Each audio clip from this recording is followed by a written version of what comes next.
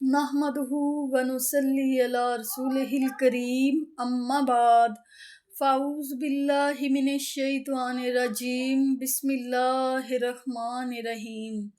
آج میرے پاس جو ٹاپک ہے وہ یہ ہے، کیا میت کی طرف سے قربانی ہو سکتی ہے؟ بہت سے لوگ ایسے ہیں جو یہ سمجھتے ہیں کہ میت کی طرف سے قربانی ہو سکتی ہے،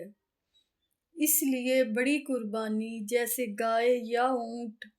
اس میں اگر 5-6 حصے قربانی کے ہوتے ہیں تو ایک حصہ یا 2 حصے گھر کے وہ بزرگ جو فوت ہو جاتے ہیں، جیسے والدہ، والد، دادی یا دادا،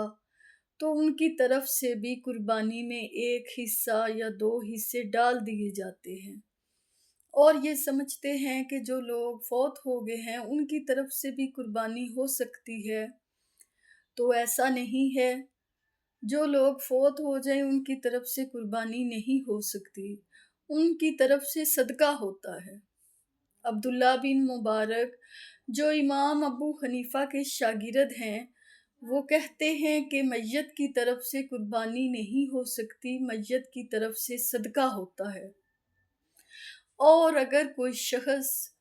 بڑی قربانی میں یعنی گائے یا اونٹ میں جس میں 5 یا 6 حصے دوسروں کے بھی ہوتے ہیں لوگوں کے،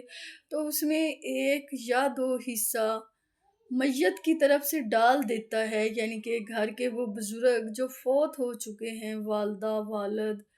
یا دادی یا دادا، ان کی طرف سے بھی قربانی میں 1 یا 2 حصہ ڈال دیا جائیں، تو جو باقی لوگ ہیں ان کے حصے بھی خطرے میں پڑ جاتے ہیں۔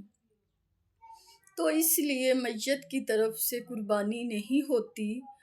بلکہ میت کی طرف سے صدقہ ہوتا ہے۔ آپ کو باقاعدہ ایک جانور خریدنا پڑتا ہے، جتنی آپ کی حیثیت ہے، چاہے بکری ہو، بکرا ہو یا گائے ہو یا اونٹ ہو، جتنی آپ کی حیثیت ہے، آپ اپنی حیثیت کے مطابق ایک جانور خریدیں گے، اس کو ذبح کریں گے اور اس کا سارا گوشت آپ غریبوں میں تقسیم کریں گے۔ پھر وہ گوشت آپ اپنے گھر بھی نہیں رکھ سکتے اور نہ ہی خود کھا سکتے ہیں۔ تو جو میت ہے، جو لوگ فوت ہو جاتے ہیں، ان کی طرف سے قربانی میں آپ حصہ نہیں ڈال سکتے۔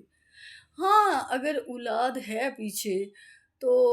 وہ اگر قربانی دیتی ہے تو والدین کو اس کا ثواب ضرور پہنچتا ہے، بلکہ اولاد جتنے بھی نیک عمل کرتی ہے اس کا ثواب والدین تک ضرور پہنچتا ہے۔ لیکن آپ جو لوگ فوت ہو چکے ہیں ان کی طرف سے قربانی میں حصہ نہیں ڈال سکتے، آپ ان کی طرف سے صدقہ کریں گے۔ اگر کوئی علم دین میں کمی کی وجہ سے ایسا کرتا ہے تو یہ غلط ہے، آئندہ ایسا نہ کرے اور نہ ہی بڑی قربانی میں